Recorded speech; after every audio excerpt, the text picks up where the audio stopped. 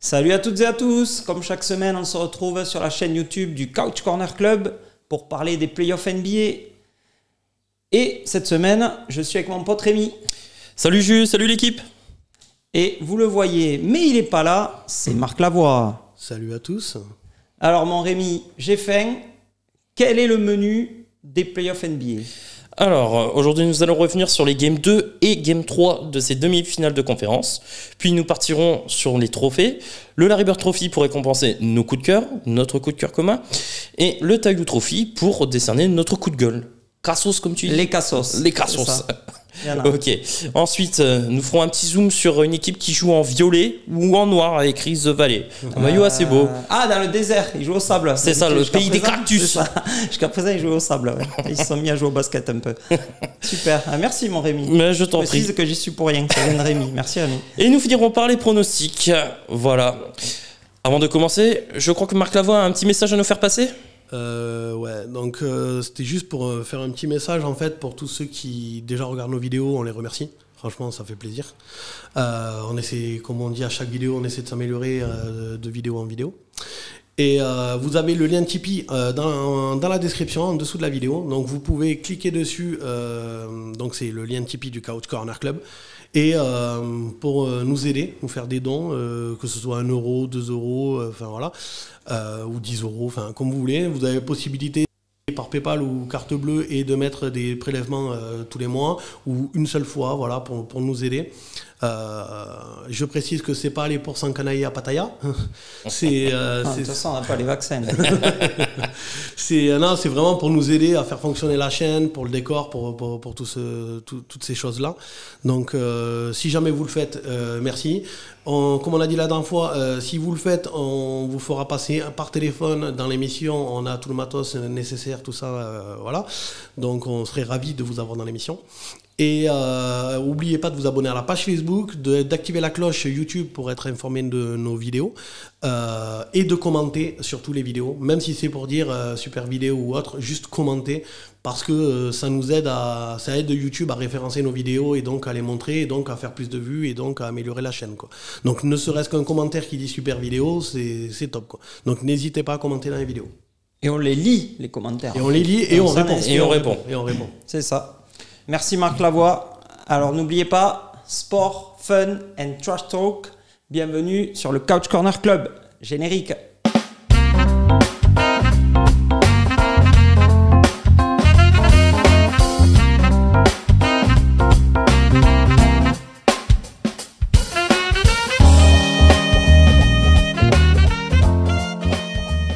Ok, on commence par les demi-finales. Je vous propose de commencer par un petit Hawks Sixers.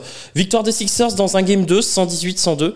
Les Sixers ont été en contrôle, tout en maîtrise. Un run fatal en deuxième mi-temps avec un Jojo Embiid très impressionnant. Ça, surtout, ils ont réveillé Jojo. Ouais, je crois que la bête avait un message à faire passer. Tranquille, ils l'ont réveillé au premier match. C'est ça. Il s'est fâché un peu. Ouais. Non, il a été monstrueux. 40 points, 13 rebonds. Il a écrasé les Hawks. Même Clint Capella, qui est un solide gaillard, en face faisait pas le figure. Donc, il va falloir que les Hawks trouvent une solution, soit pour limiter le scoring des autres joueurs autour de Jojo, soit pour freiner Jojo, parce que là, il marche vraiment sur tout le monde. Oui, et surtout qu'en plus, Ben Simmons a bien défendu sur Trae Young. Ouais. Donc là, c'était bien. Donc un partout, balle au centre, match 3 à Atlanta. Ensuite, on part à l'ouest, Clippers, Jazz, 109-112 au premier match. Victoire des Jazz, 111-117, nouvelle victoire des Jazz sur le deuxième match.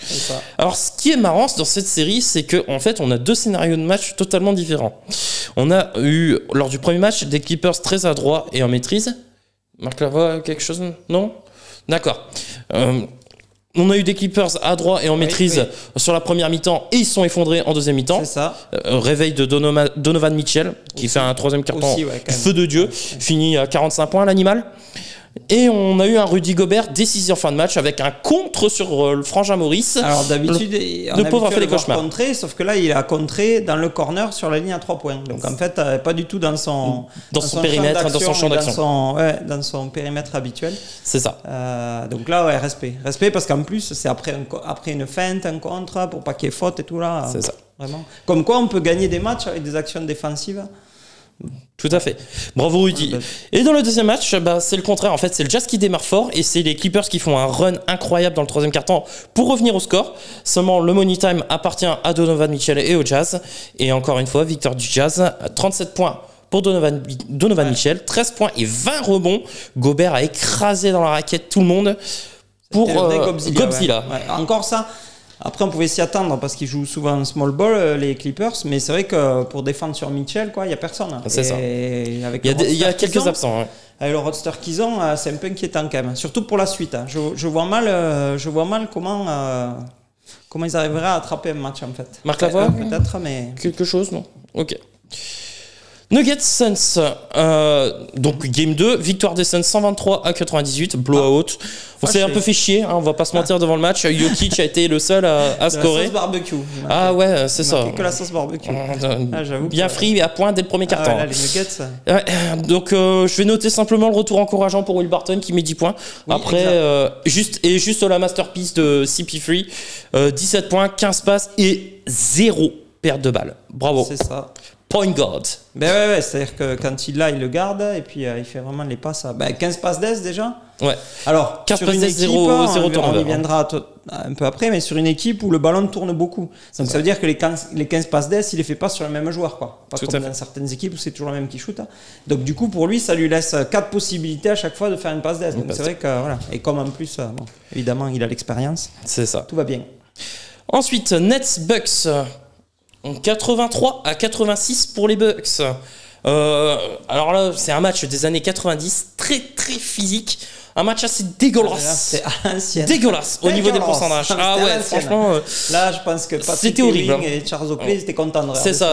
En fait, les deux équipes étaient venues au mastic, mettre des brins. C'était amis des brins du soir, bonsoir. Et puis voilà quoi. Et d'ailleurs, je pense qu'il y a un record dans le quatrième quart-temps d'attaque sans marquer de panier de chaque côté. Oui. C'était affreux. Pendant 5-6 minutes, il n'y avait que des saucissons envoyés. Ouais, mais j'ai regardé les pourcentages cette nuit à 3 points. J'ai mes yeux qui ont commencé à saigner. Donc j'ai vite tourné la tête en fait. On est d'accord. Ouais. Non, il faut retenir juste 30 points pour KD, 35 pour Middleton, 33 Giannis et le tir clutch de Jrue Holiday. Ouais. Donc voilà. Voilà pour les résultats NBA. Je te propose de passer au trophée. Tout de suite, les trophées.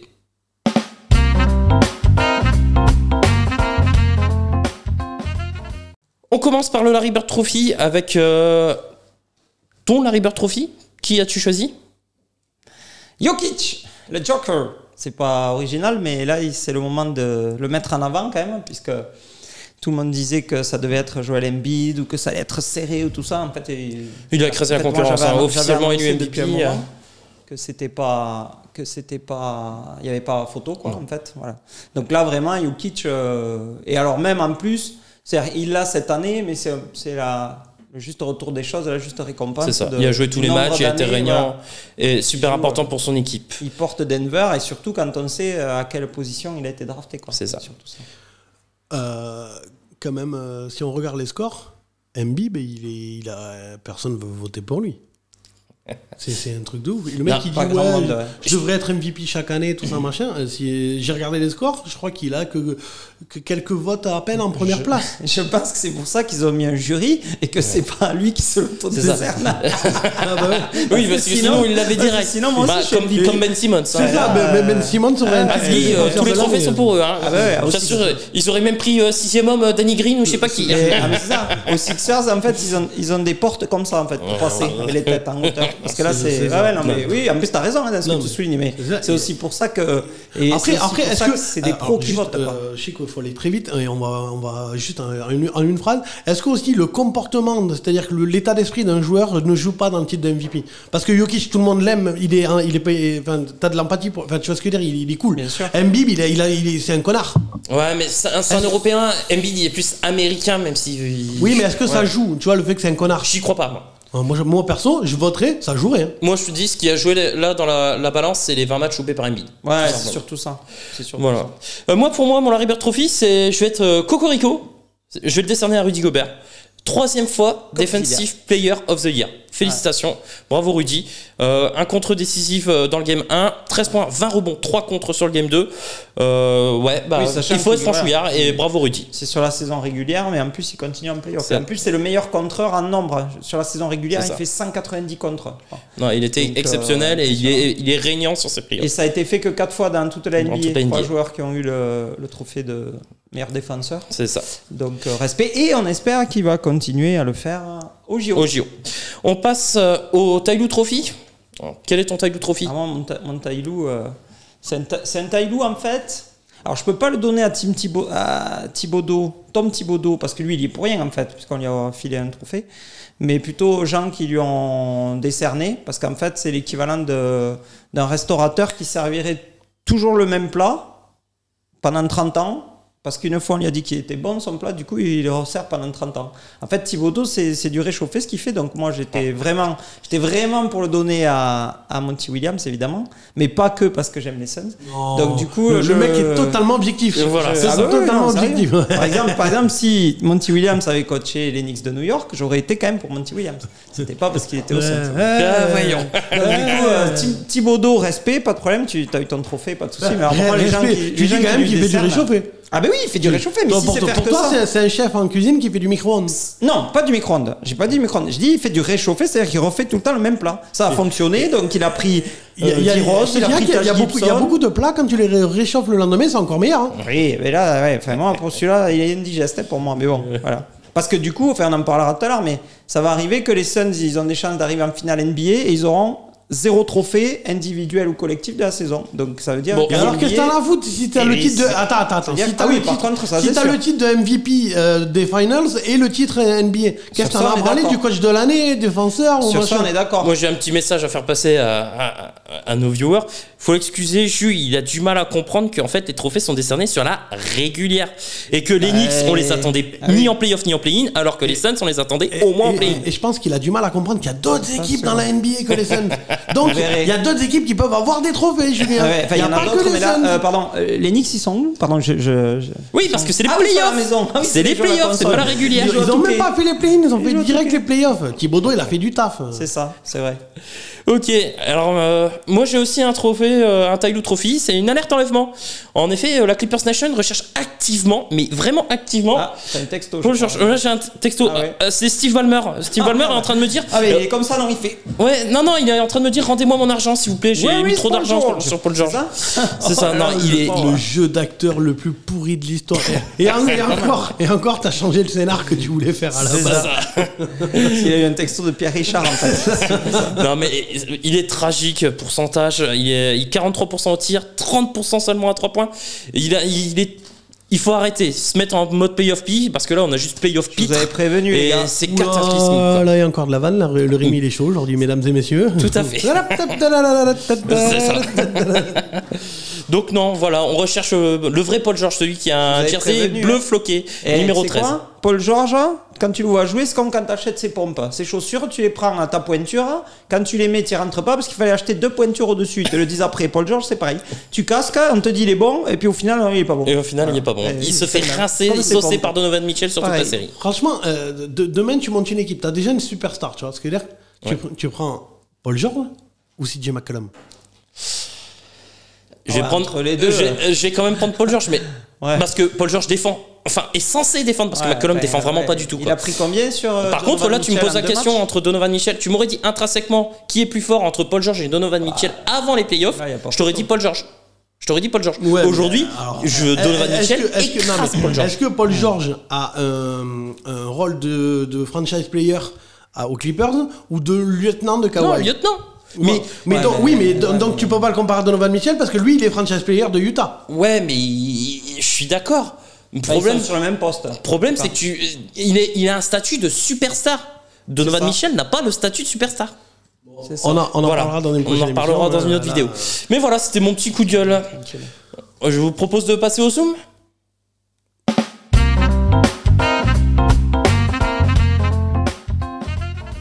Donc, moi j'ai une question à vous poser dans ce Zoom, c'est à l'Ouest, est-ce que ces Phoenix Suns ne seraient pas les prétendants numéro 1 au NBA Finals? Alors, Et pour ça, il faut regarder les matchs, et il faut regarder les statistiques, et il faut regarder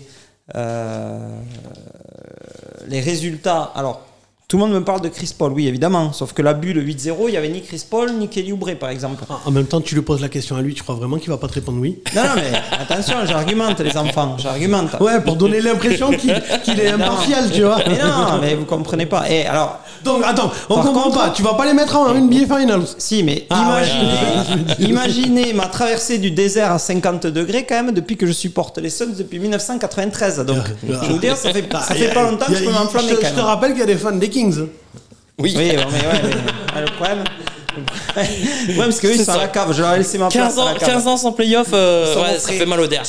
Non, mais dans ta question, alors, oui, mais sans signe extérieur de richesse. C'est-à-dire que il y a des fortes chances qu'ils arrivent en finale NBA, mais en prenant Chris Paul qui a 36 ans, où tout le monde a dit ouais, il va aller là pour se faire une retraite à 50 millions.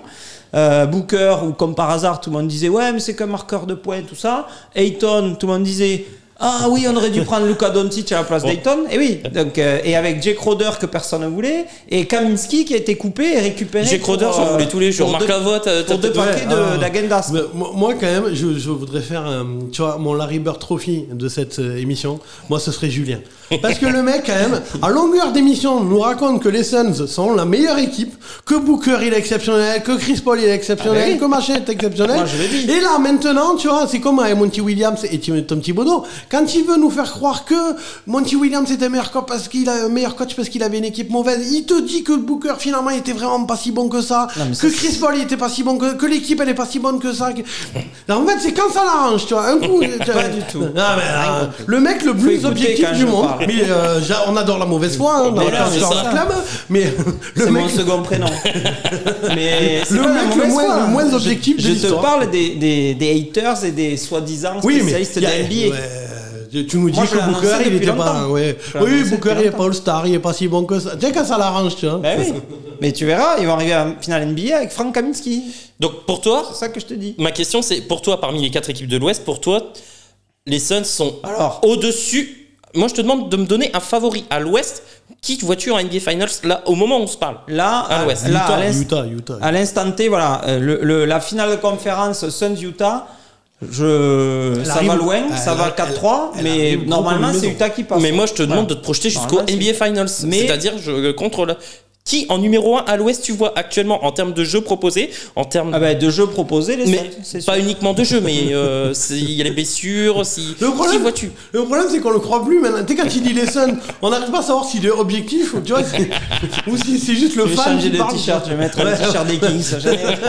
Il est où mon t-shirt des Kings? C'est ça, maillot des Kings, oui en plus. Donc pour toi les Suns en termes de jeu, pour toi Marc Lavoie, ça serait plus Utah qui serait mieux armé quand même? Déjà moi je vais faire en termes de pronos. Alors c'était pas prévu, mais moi je vais dire déjà finale de conf Utah Phoenix.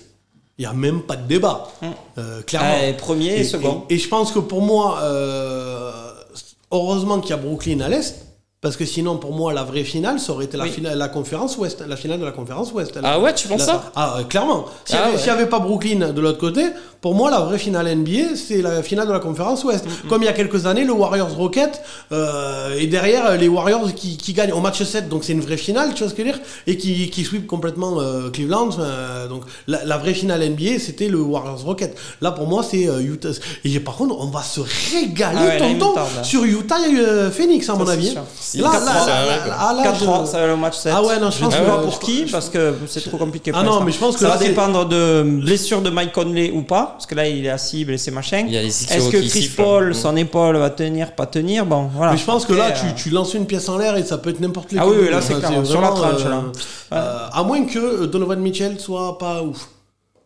Si tu regardes les premiers matchs en ce moment, il a l'air bien ouf. Non, mais bien sûr. Mais si je veux dire, contre Phoenix, si t'as pas un Donovan Mitchell à 30 points de moyenne, tu passeras pas. C'est ça. À mon avis. Et vu qu'il n'y a pas Mike Conley, il y aurait Mike Conley encore, pourquoi pas. Mais si t'as pas un Donovan Mitchell à 30 points de moyenne sur la série contre Phoenix, Phoenix sera un final NBA, à mon avis. Donc, toi, là, si je te demande, là, à ce moment précis, tu mets avantage plus Utah ou Phoenix? Il me faut Utah. D'accord. Toi, ça serait plus Phoenix, puisque du coup, Conley est blessé. Et oui, à l'instant T, il n'y a pas Conley. Non, mais pour moi, les Suns, j'avoue. Franchement, Utah, s'il y avait eu Conley, Après, Conley, il n'est pas out. C'est les ischios, hein, c'est comme James Harden. On n'a pas de date de retour. Oui, mais Harden, il reviendra jamais. Harden, je n'y crois pas. Alors que Conley, j'ai un peu plus de motif d'espoir, puisque il n'a pas eu de blessure au niveau des ischios lors de la saison régulière. Harden, si. Donc, j'ai plus confiance en un retour de Conley que. Parce que le problème de Utah, comparé à Houston ou Phoenix, quand même beaucoup peuvent scorer, le problème de Utah, c'est que tu te retrouves. L'arme principale, c'est Donovan Mitchell. Parce qu'en vrai, Bojan et Joe Ingles, c'est pas exceptionnel. En vrai, Clarkson marque plus de 2 points qu'eux en n'étant pas titulaire. Tu vois ce que je veux dire? Mais c'est le 6e homme, sensiblement. Oui. Donc ce que je veux dire, c'est que tu es totalement dépendant de Donovan Mitchell. Si Donovan Mitchell te claque... Regarde hier, Donovan Mitchell, il met 20 points, tu perds le match. Hein. Ouais. Pour les viewers, on est vendredi, donc le match de Utah Clippers, le match 2. C'était hier soir. Honnêtement, si Donovan, je crois qu'il met encore 30, 40 il points. Il met 37 cette nuit. Ouais, 37. Honnêtement, je pense que s'il met 20 points, il passe pas. Ça peut se discuter. Après, il est tellement chaud. Hein. Les pourcentages, moi, le problème, c'est qu'il est très très chaud. Il est super adroit, que ce soit sur ses 45 ou ses 37. Il ne sera pas adroit jusqu'au match 7 des finales NBA. Mais s'il est adroit sur. Non, mais je suis d'accord, mais il y a peut-être. Si tu as droit sur un match 7, ça te sauve la vie. Mais si tu as droit sur un match 1 ou 2 et que tous les autres derrière, t'es nul, t'es BD. Surtout contre les Suns. Il y aura Crowder qui va défendre dessus. Cam Johnson. Derrière, ils vont y foutre Torrey Craig. Je veux dire, ils ont 4 joueurs pour défendre dessus. Je suis d'accord, mais niveau adresse, pour l'instant, Donovan Mitchell est très bon en question d'adresse. Le problème, c'est toujours de l'adresse. Et Utah, comme il dit Julien, tourne totalement sur Donovan Mitchell. Si Donovan Mitchell s'il se pète, ou juste il a plus d'adresse, c'est fini. Regarde, avant, Phoenix comptait totalement sur Booker. C'est ça. Bon, aujourd'hui, Booker, il peut se permettre de mettre 22 points et ça gagne quand même. Parce qu'il y a du monde autour. Surtout contre les Nuggets. Là, les 2 matchs contre les Nuggets, il a pas fait un truc fantastique. C'est le même problème que les Nuggets. Ils sont totalement dépendants. Pour que les Nuggets arrivent à passer la série contre les Suns, c'est simple. Ils te font Nikola Jokic qui met au moins 30 points et un Porter Junior à 20 points. Minimum. Et Aaron Gordon à 15. Si t'as pas ça, Denver passera jamais. Donc ils sont totalement dépendants de Jokic. Il y a personne quoi. C'est presque mathématique parce qu'en fait aux Suns tout le monde met entre 10 et 15 points mais sur 7, 8 ou 9 joueurs. Donc forcément, quand tu additionnes tout ça, ça fait beaucoup de points. Et puis pour défendre, tu défends sur qui? Le problème, c'est ça. Tu peux dire, Ayton, il shoote pas, mais il met 15 points par match. C'est le problème à défendre sur Brooklyn. C'est le problème à défendre sur Brooklyn. C'est que si tu te focalises sur KD, t'as Kyrie Irving qui va en mettre, ou Joe Harris, hier il était pas. Hier, Joe Harris, il a arrosé, là, c'est l'arrosage intégré. Tout le monde a arrosé. Mais normalement, Joe Harris, il rentre, tu vois ce que je veux dire? Il y a des scoreurs, tu vois ce que je veux dire? Et c'est comme les Bucks. Les Bucks, s'ils veulent passer la série contre Brooklyn, c'est simple. Antetokounmpo doit être à 30 points de moyenne et Middleton à 25 points de moyenne. Regarde hier, ils ont mis 80% des points de mais hier c'est un match à part. Hier, ça a joué physique. Les mecs étaient juste pour s'envoyer dedans. Bon, après, c'est pas le débat. Ouais, mais moi, pour moi, hier, c'était un match à part. Ça aiguille ce que je veux dire sur les Suns. C'est-à-dire que les Suns, moi, pour l'instant, je vois Utah. Parce que Donovan Mitchell met 35-40 points. Tu vois ce que je veux dire? Mais en vrai, les Suns, tout le monde peut marquer. Chris Paul, il peut te mettre des 3 points, des filoches de l'autre bout du terrain. DeAndre Ayton, il peut te faire 25 points tranquille. Booker, il peut te faire 30 points ou voire 40 points. Tu vois, il a déjà fait. Crowder, il peut te mettre des filoches, c'est pareil, dans le corner. Je veux dire, à défendre, c'est vraiment la merde, Phoenix. Mais en l'état actuel des choses, si Donovan Mitchell garde cette adresse-là, je mets quand même Utah. Ok, ça marche. Le sport collectif. Ok. Bon, je vais aller un peu dans votre sens rapidement. Je vais donner mon avis aussi. Moi, ce qui me fait peur, côté Suns, c'est le manque d'expérience. Quand on regarde les 4 équipes à l'Ouest, c'est l'équipe qui a le moins de vécu en play-off et l'équipe qui n'a pas l'expérience des demi-finales, finales de conférence et même NBA Finals. Après, j'ai un petit peu peur aussi par rapport à Chris Paul qui est assez chat noir. Je vais pas lui porter la poisse. Hein. Ça a l'air d'aller mieux au niveau de son épaule, mais j'ai un petit peu peur. Après, moi j'y crois à ces Suns parce qu'ils ont le profil, Ils ont vraiment des joueurs, une équipe type avec de la barbaque pour défendre, les Torrey Craig, des Jake Crowder, des mecs Michael Bridges. Ils ont un banc avec Cameron Payne et Cameron Johnson notamment, et un coach qui a déjà montré à plusieurs reprises que c'était un fin tacticien. Donc oui, pour moi, je mettrais les Suns prétendants numéro 1. Voilà, pour moi, je vous propose de passer au prono. Du coup, on met tous les 3 les Suns. Moi, je mets les Suns. Toi, tu disais Utah, peut-être. Ah oui, moi, je mets en prétendant numéro 1. Ça dépend de l'adresse de Donovan Mitchell. Mais sinon, oui. Pour l'instant, l'état actuel des choses, si Donovan Mitchell reste au niveau qu'il a, moi, je le mets en. Ok, moi, je reste sur les Suns. Et toi, les Suns évidemment. Mister Objectif. Tu le redemandes. Je peux toujours le ok, allez, on passe au prono.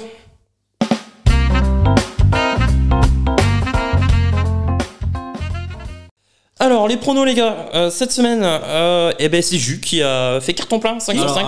Qui ça alors. Ah, c'est moi. Oh mince. Pas de photo, juste des autographes, c'est ça? Alors, déjà, t'as fait combien, toi? Moi, j'ai fait 4 sur 5 cette semaine. Et moi aussi. Toi aussi. Donc, je suis juste derrière. Ça fait 2 semaines que je le dis qu'il va falloir que je calcule pour voir si je suis toujours devant. Je pense que là, avec cette semaine, quand même 4 sur 5, c'est Brooklyn qui m'a baisé, je pense. Oui. Voilà. Avec 4 sur 5, je suis juste. Je suis encore devant, je pense.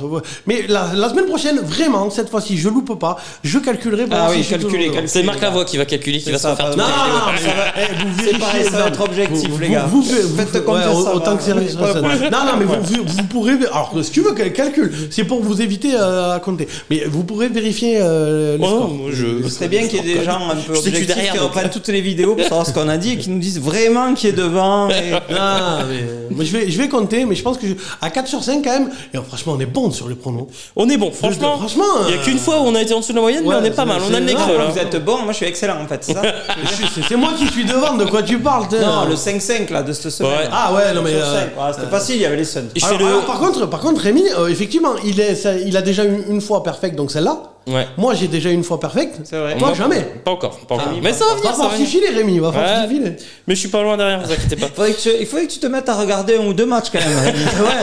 Rémi. Depuis le temps que tout le monde croit que tu les regardes. C'est ça. Bon, allez, je fais le récap. T'as pas vu un match depuis 95? Je fais le récap des résultats du coup. Donc les Sixers ont battu les Hawks dans le game 2, donc on a tous eu bon. Les Jazz ont battu les Clips dans le game 1, j'ai eu tort.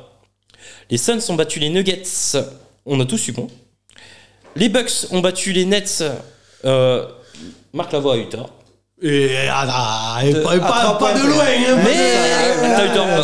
Au final, c'est 0 point. Quoi. Là, c'est comme le bac, là, c'est tu l'as ou tu l'as passé. Voilà. Il y a 3 points de prix. Non, il n'y a pas les rattrapages. Comme le train. À 3 minutes, je l'avais, mais j'ai et pas enfin, les rouges. le Jazz a battu les Clippers lors du game 2, donc on a tous eu bon. Donc, comme j'ai dit, j'ai eu 5 sur 5. Marc Lavoie et moi, 4 sur 5. C'est pas mal, les gars. Voilà. Je vous propose 5 pronostics pour les matchs à venir. Philly Hawks, game 3. Hawks. C'est à Atlanta. À Atlanta. Ouais, Hawks. Philly. Ok. Suns bon, Nuggets. Ça veut dire que les Hawks vont gagner. Suns Nuggets, game 4. Non, game 3. Oui. Game 3, pardon, oui. Parce qu'il y a 2-0. Game 3, exactement. Alors là, on va arriver en altitude, à 2000 et quelques. À My High. Ouais. Ils vont au moins en prendre un. Ouais, ils vont en prendre un, pourquoi pas celui-là. Ouais, il faut qu'ils prennent celui-là. Nuggets. Je vois les Suns. Je mets Suns. Voilà. Je vais vraiment me démarquer là. Rémi, donc ça veut dire que les Nuggets vont gagner aussi. C'est ça. Jazz Clippers, game 3. Rémi, hein. Jazz Clippers. Ouais. Jazz. Game 3. Là, c'est à Los Angeles. Ils reviennent à Los Angeles. Ouais. Après, mais les Clippers, c'est que. Non, mais ils sont nuls. Ils sont horribles. Ils sont toujours en réaction. Là, je vais faire Jazz aussi. Là, les Clippers, c'est la même chose. Et pourtant, ils ont des scoreurs. Hein. Mais si tapes un Kawhi Leonard à 45 points, c'est fini. Ouais, c'est plus Reggie Jackson qui m'étonne en ce moment. Il fait des playoffs incroyables. Donc, Jazz. Et moi, je vais dire Clippers. Putain, mais en fait, Rémi, il va avoir tout bon la semaine prochaine. Ou tout bon. Non, mais il peut faire aussi un grand chelem. Il a le droit de faire ça. Et vous passerez pour de beaux troufions. C'est comme oscillation. Et Nets Bucks, game 4. Nets. Ça sera le 4 hein. Nets, je m'en fous. Franchement, moi, ce que j'ai vu sur le match, et j'ai regardé le match en entier comme il faut, j'ai vu une équipe des Nets. Non, mais j'ai vu une équipe des Nets à à 2 km/h, très très moyenne, et arriver presque à gagner le match. Et j'ai vu par contre une équipe des Bucks s'arracher comme jamais et gagner le match d'un chouïa. Et Chris Middleton et Antetokounmpo, ils feront pas les mêmes scores. Peut-être pas, enfin en tout cas Middleton. Parce que pour moi les Nets mais sont larges. Franchement, je les ai vus très très moyens. Ils sont à 2 doigts de gagner le match et les Bucks se sont arrachés de ouf. Et ils ont à peine gagné le match. Donc moi très bonne analyse de Marc Lavoie. Donc Nets. Ouais, Nets aussi. Nets aussi. Nets, c'est sans bavure. Ouais, je vais dire Nets. Allez, dis les Bucks pour faire un. Non, je vais dire les Nets. C'est ça, dis les Bucks. Quel copieur, c'est Rémi, t'as peur d'avoir la cuillère de bois. Non, parce que la cuillère de bois là, ça y est. Je vois les Nets s'en prendre un quand même à l'extérieur. Et les Bucks, même s'ils ont pris Game 3, ils m'ont pas rassuré. Non, les Nets.